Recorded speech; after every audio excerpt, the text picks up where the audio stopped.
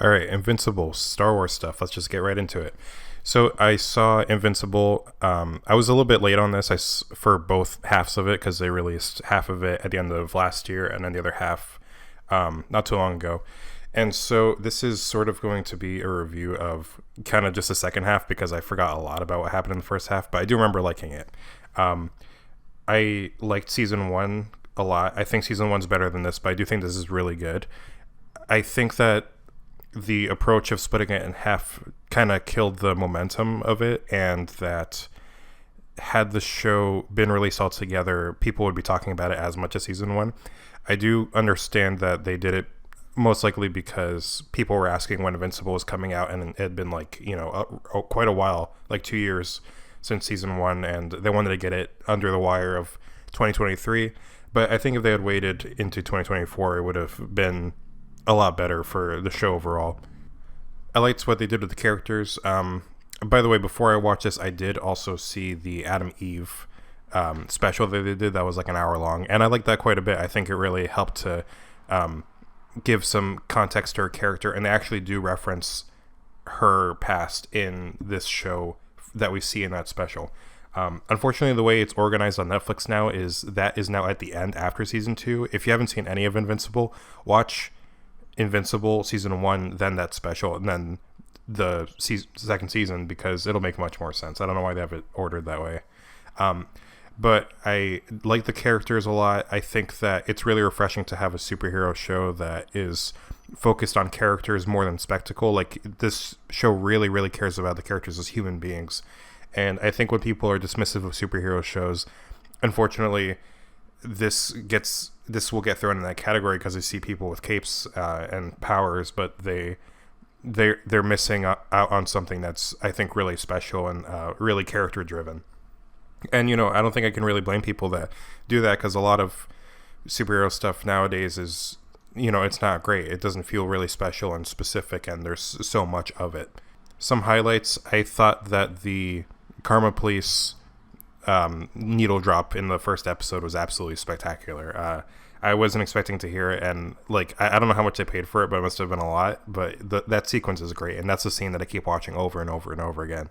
All of the voice acting is really great. Stephen Yeun, J.K. Simmons in particular are really good, and which isn't really a shock. And Seth Rogen I really like as Alan also, but I wasn't expecting this. My standout personally was Sterling K. Brown. I think that he was absolutely spectacular in this season.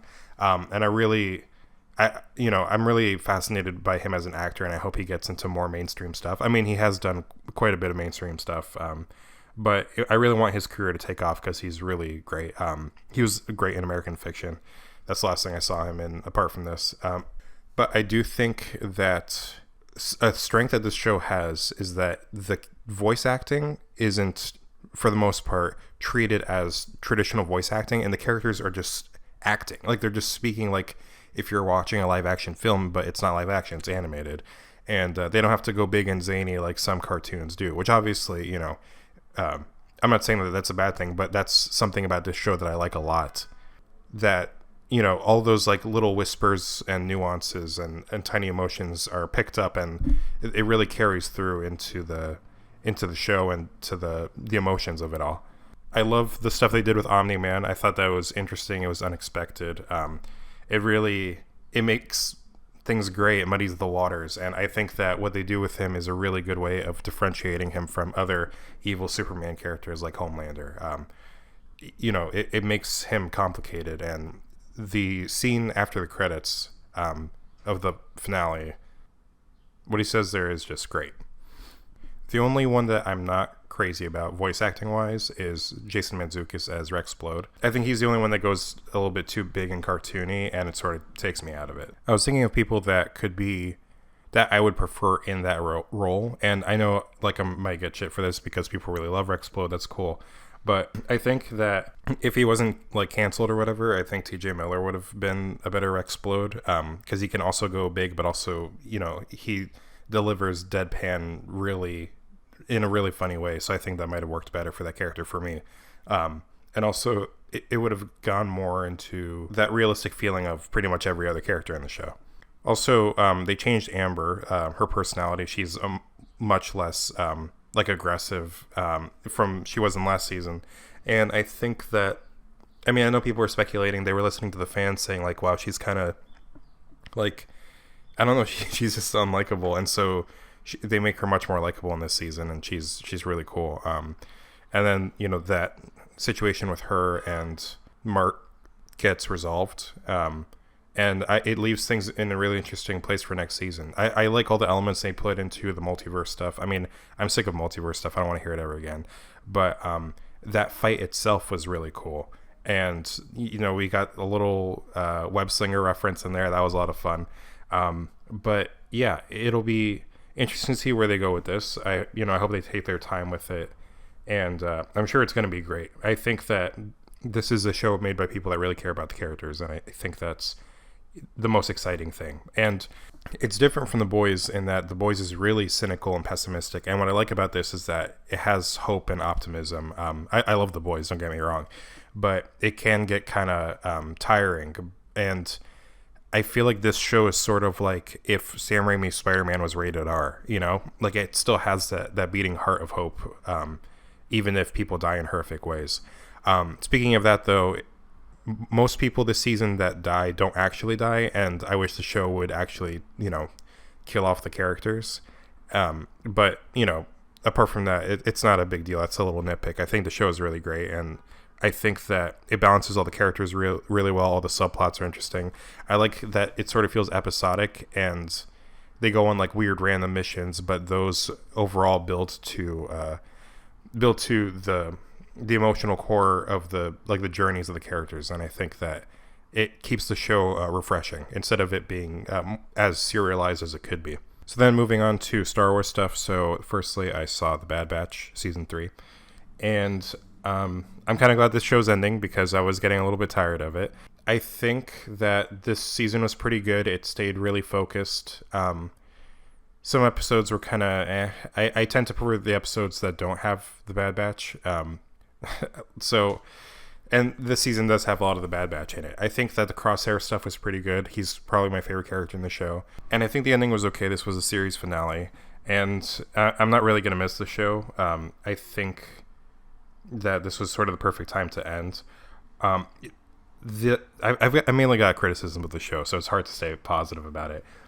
So I'm just going to talk about some stuff I don't like about it. I really hate that the show feels the need to bring in some giant dumb monster like every episode, especially when something interesting is happening. Like in the episode with Ventress, her and Omega go out into the water, and then, she's like doing Force stuff or whatever, trying to teach Omega. And then like they bring in a giant monster. And the same thing with the Fennec episode. And it's like they can't help but always bring a big dumb monster. And then it stops feeling like something special and starts feeling like a Saturday morning cartoon. And I'm sick. It feels like the writers didn't trust the audience to stay with the show, and then they're like, "Oh, they're gonna get bored. Throw in a big monster." It's kind of hilarious how many times a big monster shows up, and then they just kill it, and that's it. There were a couple of loose threads. I know a lot of people were speculating on that clone guy. Some people thought he was Tech because we didn't see Tech die, and that nothing ever came of that. And so I suppose they never considered a mystery, but us, the fans, did. Ventress is alive, and I read Dark Disciple, and she's definitely dead at the end of that, which takes place before this, so there's no explanation for why she's alive, and this is also kind of the reason why I left canon. I read canon from like 2014 to 2020, and after that I was like, the quality of a lot of the movies and shows, that's not very good, and so why would I continue with that with the novels and comics? And so I gave up. But on top of that, there's the fact that they don't even care about continuity anymore. They just wanted to bring back Ventress, and so they're like, whatever, like we don't care that she died. So yeah, she's alive. She's got her look that's described in the book. And I mean, again, her being in the show wasn't really necessary. It wasn't a big deal. I thought she was going to stick around for a while. Cad Bane was also back, and my brother and I knew that Cad Bane was going to be in the episode because there's a random alien at the beginning of the episode who speaks, and it sounded like Seth Green, and then it's like, wait a minute, Seth Green voices Toto, and Toto is Cad Bane's sidekick, so Cad Bane's going to be in the episode, and then we ended up being right. I was hoping it would be Boba Fett. I think it would be really cool to see him, voiced by Daniel Logan, meet up with Omega. that obviously can still happen in the future at some point, maybe in a live action project. We just got Cad Bane again, and I feel like we do get him really often. That Trandoshan character, Zeb or Zed, the lady who was hiring the Bad Batch, I don't remember her name. She never got a redemption. She just sold them out to the Empire. It would have been cool to see her get a redemption. And they were like, talking about Project Necromancer, and that never, like we have ideas of what that is, which is most likely the Rise of Skywalker stuff. And they're trying to do what Clone Wars did for the prequels, which is make stupid stuff in the sequel trilogy now less stupid, which I totally respect. I don't get why people are so apprehensive towards that. They're like, oh, I don't want a Rey movie. And it's like, they could like fix this. Like, everyone hated Ahsoka when she started off in the Clone Wars movie. And then, now we're at a point where she's a fan favorite. So like, if you get the right writers, it can be fixed. I also didn't realize until this season that Hemlock, which one's Hemlock? Is Hemlock the guy who helped them at the end, or is he like the dude with the fade? The one with the whispery voice. I found out that he's voiced by Jimmy Simpson from It's Always Sunny in Philadelphia, so it was really funny knowing that he was a McPoyle. I'm a big fan of It's Always Sunny, and it's kind of cool that he got to do a voice on a Star Wars show. And then I'm just going to go into spoilers now.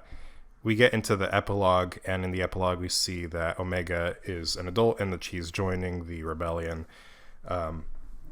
And also, we come to the realization that Tech actually died, which I don't think any of us were actually expecting, because he had a Disney death of going into the mist and us not seeing the body. But, props to them for actually killing him off, because I was like, they're going to pussy out on this and he's going to be back, and, him and Wrecker are going to be arguing or whatever. Another really big complaint I have with the show is that it's really dark, and I don't mean tonally. I mean I can't see the show. Like, I don't know what's going on. So like I would have to like put up blankets to like cover the windows so I could actually try to see, but even then, like, it's really dark. And I thought it was like, it might be just like a environmental issue, like within my home, because there's a lot of light in my home. But then afterwards I watched Tales of the Empire, and Tales of the Empire has scenes that take place at night, and I can actually see them. So I think it was just an issue with this show. It was so dark for no reason. Anyway, I think this show is more of a burden than a gift, and I'm glad to be rid of it, because I just, I don't know. I can't deal with, Hunter, who's a character that I don't particularly care about. He's an archetype. He's not a character. Crosshair, I do like quite a bit. Omega got a little bit better. She stopped saying we have to go back, but at the end of every episode, towards the end, she would like lean forward with this like smug little look on her face and be like, "Don't worry, I've got a plan," or say some like really generic shit like that, and then it would just cut and cut to credits. Yeah, I don't really care about these guys, and I'm glad I don't have to deal with them. And then Wrecker being like, "Let's blow something up," and it's like, God, we watched like 60 episodes of this. I'm glad it's done. So then also Tales of the Empire came out on May 4th, and I was really excited because we saw that the Barriss stuff was finally going to be picked up, because, since Rebels, it was like, can't you make Barriss one of the Inquisitors? I thought that was a really obvious choice. Seems like a lot of fans thought so too. And so she was getting a story, and Morgan was getting a story, Morgan Elsbeth, from Mando and Ahsoka. And I am kind of shocked to say that the Morgan stuff was really good and the Barriss stuff was kind of underwhelming. I thought it was going to be the opposite. I was like, I don't care about Morgan. I'm here for the Barriss stuff. But yeah, the Morgan stuff was really cool. And what I like about the show a lot is that it jumps in time. And so you can see just like little bite-sized sections of the lives of these people, kind of like a biopic. And you see, where they are and sort of how they grow and change. And yeah, I really liked seeing Morgan rise through the ranks, her befriending Thrawn. Seeing Thrawn both in the Clone Wars animation, but also his officer uniform, and then Rook came back and we got to see him in the Clone Wars animation. I was really into all of that. Grievous also had his nightmare design, and that whole sequence on Dathomir with the slaughter of the Night Sisters from that Clone Wars episode was really, really well done. The vibe was like really interesting, and it was like horrific, and I really liked the sort of minimalistic nature of it in terms of it being very visual and not having a lot of dialogue. The Barris stuff I thought was okay. Like I said, I think that they could have done more with her.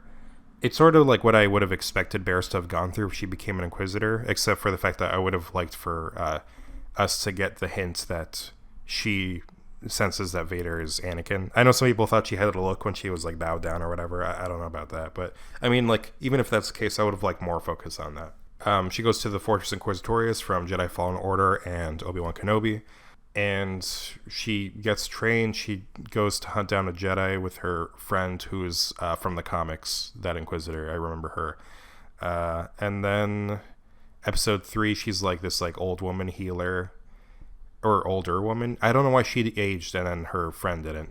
Anyway. And then they have a little, like, you know, Dagobah cave scene, and then Barris maybe died or didn't. I'm not sure. And yeah, I don't know. It was just, like, kind of uninteresting to me, and I'm disappointed to say that, because I would have loved to see her having, you know, a conflicting dynamic with Darth Vader. I think that would have been really cool. But yeah, I thought overall Tales of the Empire was good. I think that Tales of the Jedi was better. Specifically, I don't even think it was better. I just think that Dooku Qui-Gon stuff was spectacular, and I would have liked stuff in. I would like it to be to that caliber of storytelling, I guess. I thought the Ahsoka stuff was okay, and I thought that the Morgan stuff was pretty good. I would say the Morgan stuff, Morgan Elsbeth, and the Dooku stuff are the best stories in this. But yeah, I think they should focus on characters. I like that they're doing this. I would watch an entire show that was like a season of 22 episodes, and like every 3 episodes we focus on a new character that is that is known to us, not like a random character. But yeah, I would find that I would totally watch that show. I mean, I know Clone Wars was sort of that, but it tended to focus on Ahsoka and Anakin and Obi-Wan. But with this, you also would have free reign to do in any era, including the sequel trilogy or whatever. I think that would be really cool. And then beef up those characters and make them interesting, and then give the Clone Wars treatment to the sequels and make people appreciate those films more, which would be a bit of a challenge, but they could do it. So yeah, those were my thoughts on Invincible Season 2, Bad Batch, Tales of the Jedi. I'm going to see Kingdom of the Planet of the Apes this weekend, and Furiosa the weekend after that. Those 2 will probably be the next video. And yeah, we'll see what comes after that. Thanks so much for listening, and have a good one.